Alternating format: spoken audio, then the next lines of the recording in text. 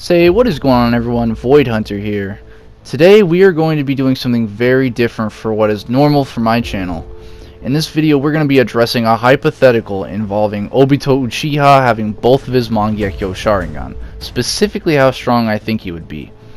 This will likely be a pretty lengthy video as there's a lot of things to talk about in regards to this subject, so feel free to get yourself some snacks and relax, because we got some explaining to do.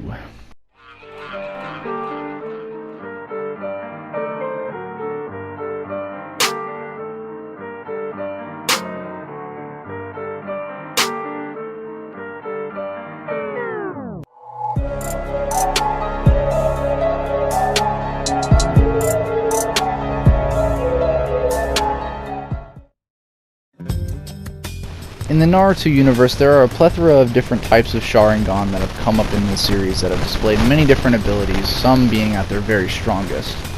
But in the case of Obito Uchiha, we have mostly seen his use of the Sharingan split between Obito himself and of course Kakashi. Throughout most of the series, this pair of Sharingan have been separated from each other due to plot-related reasons. That being that Obito gave Kakashi one of his eyes as a dying present to Kakashi becoming a Jonin after being crushed under a very large rock during a cave collapse. As we know, Obito did not die from this and was instead saved by Madara Uchiha, who attached an organic body composed of white Zetsu, who is a being created almost purely out of Hashirama Senju's DNA. Hashirama, if you didn't know, is the first Hokage and also a legend in the Narutoverse, known for his incredible strength and his self-healing abilities. Madara even taunts Tsunade during their battle in the war for her 100 healings jutsu, which, keep in mind, this made her borderline invincible while it was active, was just a weak imitation in his eyes compared to Hashirama just like simply existing. That's why his DNA is like so sought after in the series. But because of this, Obito, even without his overpowered Sharingan abilities, has an undying body and seemingly infinite supply of chakra thanks to half of his body being white Zetsu. On top of this, white Zetsu amps his Sharingan by making it impossible for him to go blind, unlike other Uchiha in the Narutoverse. Keep this in mind as we discuss Obito's Mangekyo Sharingan abilities, as everything I'm about to say is in the same Obito that never unlocked the eternal Mangekyo Sharingan, unlike most top-tier Uchiha in the series, like Sasuke and even the likes of Madara. Believe it or not, despite how both eyes look the same, they're quite different to each other. The variation we see Kakashi use throughout Shippuden is what you can simply refer to as the offensive mode version of Kamui. With this eye, Kakashi is able to suck objects and other people into the Kamui dimension at long range.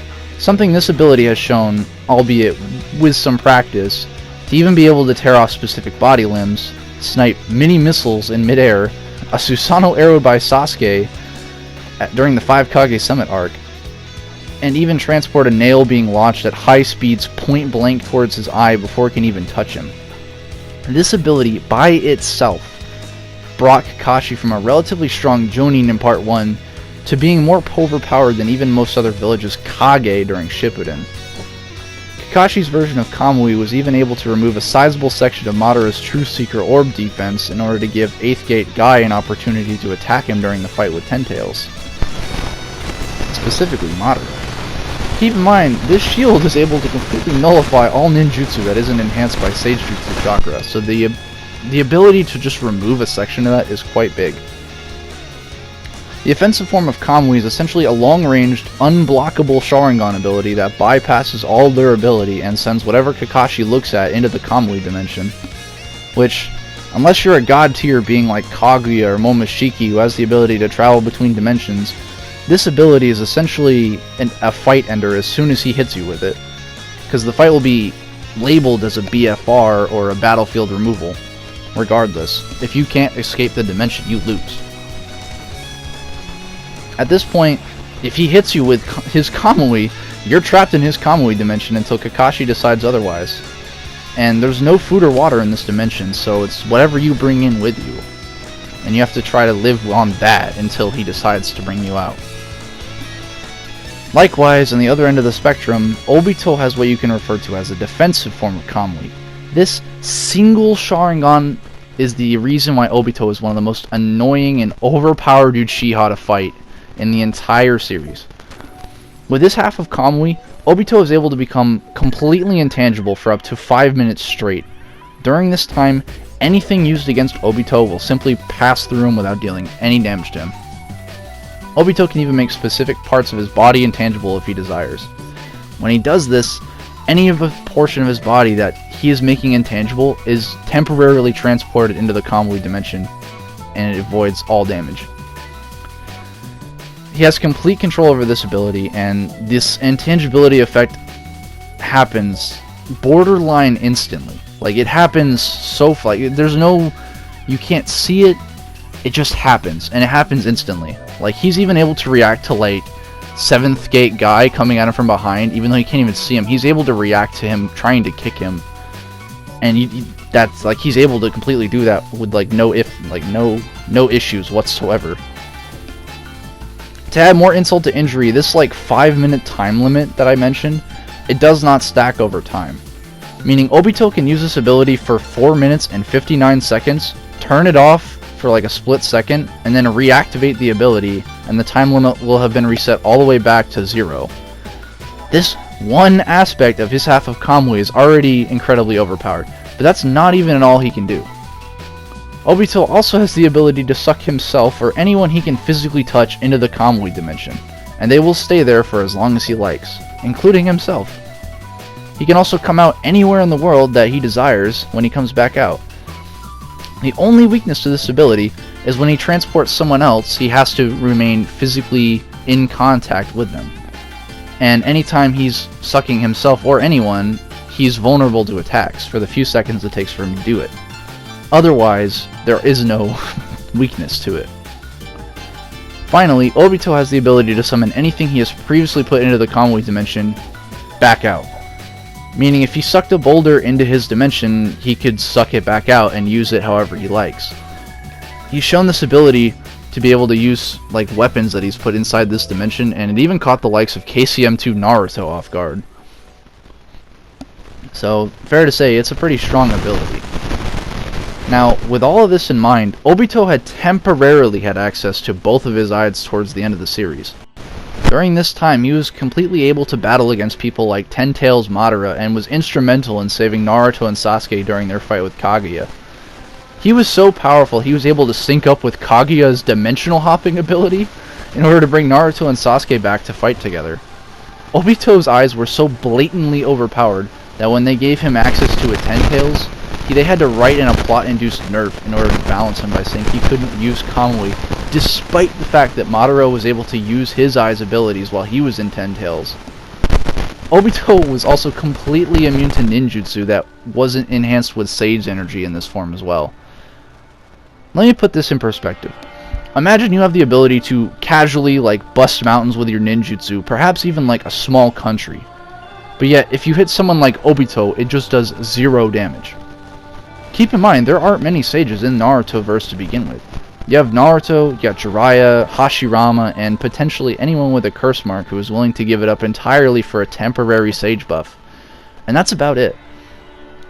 Moving on, the only time we've ever had a glimpse at Obito's full potential was after his death, when he transported himself back from the afterlife in order to give Kakashi temporary access to his 6 paths enhanced pair of eyes. When this happened, Kakashi jumped from being just like a really strong Jonin to being more powerful than Naruto and Sasuke combined. Keep in mind that Naruto and Sasuke at this point had met with the literal Sage of 6 Paths himself in order to be given access to their latent god powers that propelled them from Hokage level into the strongest Konoha shinobi in all of existence. Yet when Kakashi's given access to both of Obito's eyes and a perfect Susanoo, he is surpassing the grandsons of Ninja God himself. Kakashi was even damaging the likes of Kaguya, who is a mother of said Ninja God. Now what if we gave a hypothetical Obito all the same time that people like Itachi and Sasuke had in order to train his Mangekyo and unlock his Susanoo? What if we gave Obito both of his eyes so he had the ability to unlock a Susanoo of his own? And then the Ten Tails. Let me describe this to you. You'd have an Obito who has the ability to fly, warp anything and anything / everything he can see into his own dimension. be completely invulnerable to ninjutsu that isn't at least fused with some sage jutsu chakra, yet also be completely untouchable at the same time, as well as having access to a squad of truth seeker orbs that nullify all ninjutsu on their own, as well as bypass all durability if used offensively. Obito would also have the ability to have access to a perfect Susanoo, which, if we're talking Ten Tails, would also be 6 paths enhanced, which could easily come with a whole slew of other abilities like we've seen with people like Itachi, Sasuke, and Kakashi's respective Susanoo's. The only counter to Kamui, by the way, that we've ever even seen in the series was the other Kamui eye that Kakashi owned at the time, which obviously he wouldn't have if Obito had both of his eyes. I mean, it's fair to say that unless we're talking about someone like Kaguya, pretty much every shinobi in Naruto Shippuden would pale in comparison to the powerhouse that this Obito would be. You can make an argument that, like, this Obito could even rival the likes of, like, Boruto era god tiers like Naruto, Sasuke, Urashiki, and Momoshiki, maybe even Jigen or Ishiki. So it goes without saying that a hypothetical full potential Obito would be one of the strongest characters in the entire verse. So, I can completely understand why Kishimoto wrote him out of the series the way that he did. But, anyways, that is going to wrap up today's video. If you liked today's video, feel free to like and subscribe. Leave your thoughts down in the comments below. Perhaps leave me some topic suggestions as well. But, I'll see you guys in the next one. But until then, peace!